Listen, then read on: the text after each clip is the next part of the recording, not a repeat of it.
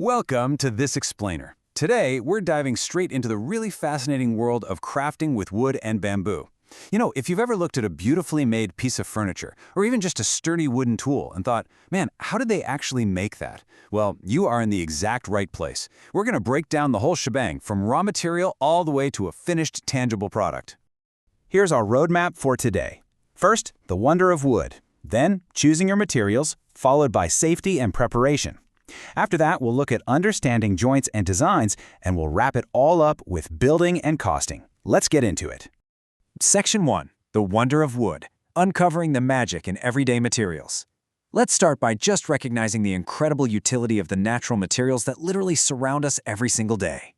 Seriously, I want you to pause for just a second and look around the room you're in right now. How many wooden objects can you spot? You might actually be surprised by how deeply we still rely on wood in our daily lives, even in this age filled with plastics and metals. Think about it. It's everywhere. We see it in the doors and window frames of our houses, those fruit and vegetable carts out on the street, and of course, the school benches we sat on for years. From the handles of our kitchen tools and fishermen's boats, right down to the cricket bats and toys we play with, wood is truly indispensable. And here's a cool fact. We actually prefer wood and bamboo for building homes and schools in many regions, mainly because these materials naturally keep rooms cooler in the summer and warmer in the winter. How great is that? And talk about durability. Take a look at the Padmanabhapuram Palace in Tamil Nadu, which is one of Asia's largest wooden palaces. This thing is a 400-year-old architectural marvel spread over 6.5 acres. It just goes to show that when wood is properly selected and crafted, it can quite literally stand the test of time. Moving on to Section 2, choosing your materials, hardwood, softwood, and sustainable options. Now that we're properly inspired by the history, our next step is picking the exact right material for our project. Because, as any good carpenter will tell you, not all wood is created equal. So natural wood basically falls into two camps: hardwood and softwood. Hardwoods, things like babool, mango, and teak, are incredibly robust. They're your go-to for heavy construction, flooring, and even building ships. On the flip side, we have softwoods, like pine, deodar, and eucalyptus. These are perfect for your more lightweight furniture, packing boxes, and shelves. Choosing the right one completely dictates how your final product is going to perform. But before we go harvesting from nature, there's this beautiful quote from the Atharva Veda that reminds us of a really ancient mindset of sustainability.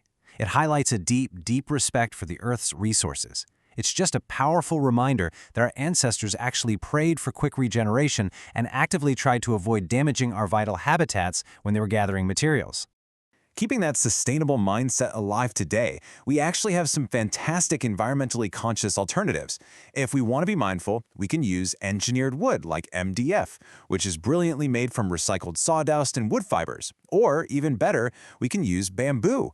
Bamboo is actually a fast-growing perennial grass. Some species can literally grow up to 3 feet in a single day. It's an absolute powerhouse of a material, especially abundant in northeastern India. All right, Section 3. Safety and preparation. Setting up the workshop properly.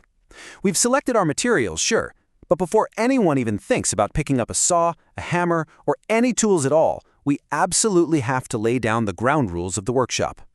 Just look at the students here. Notice how they are completely geared up before starting their hands-on carpentry. This is exactly the standard you need to set for yourself before diving into any physical crafting. The crucial takeaway here: safety is not optional. When you're shaping, joining, or sanding, adult supervision is required. Full stop. Wearing masks and safety goggles is absolutely mandatory to protect your eyes and lungs from all that fine wood dust. You've got to learn the proper techniques to hold your cutting tools safely too. And remember, a clean workspace is a safe workspace, so keep things organized and always return your tools to their proper place when you're done. Okay, Section 4. Understanding joints and designs. How the pieces fit together. With our safety gear securely on, let's step over to the drafting table. Before we make a single cut, we really need to figure out how everyday objects are actually assembled and how all those individual pieces are going to fit together. This is where you get to put your engineer's hat on.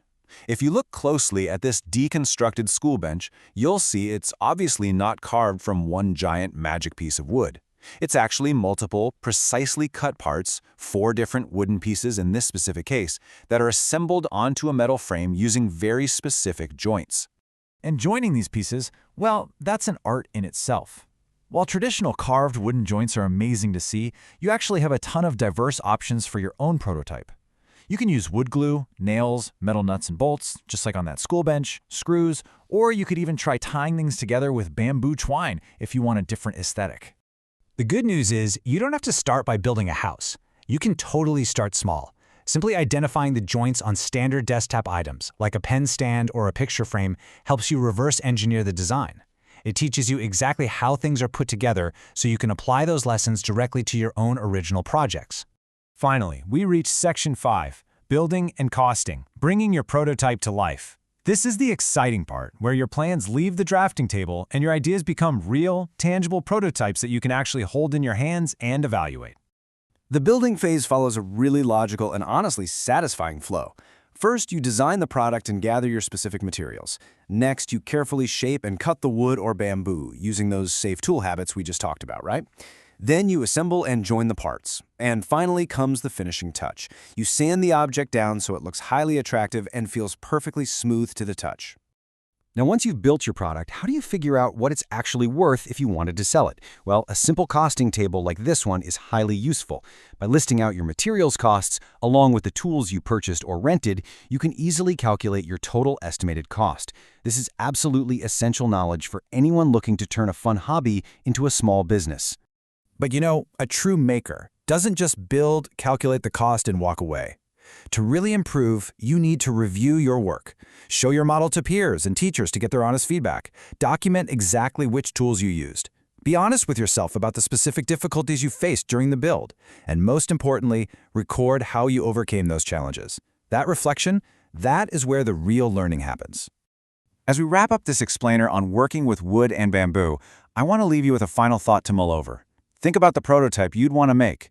What would you enjoy most about the building process? And, using these new foundational skills, what exactly would you build differently to solve a new problem next time?